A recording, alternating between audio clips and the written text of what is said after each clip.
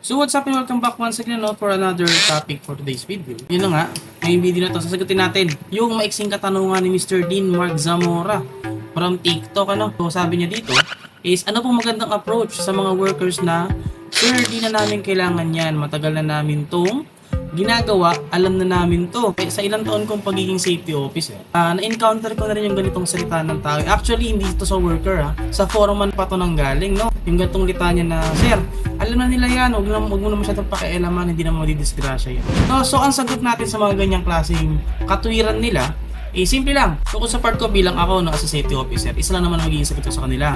No, tiwala ako sa inyo. So wala akong duda sa skills nyo. Pero hindi ako nilagay sa trabahong ito para kalimutan din yung part ko para i-remind kayo na gawing ligtas ang bawat trabaho. Wala kasing pinipili or sinisinong aksidente, kahit sino, kahit natutulog pwedeng madisgrasya. Kaya nandito kami bilang safety officer nyo para i-remind kayo sa lahat ng bagay na gawing ligtas. No, always natin ipaalala sa kanila na papasok sila sa atin ng buo at the same time lalabas sila ng kumpleto para sa mga pamilya nila.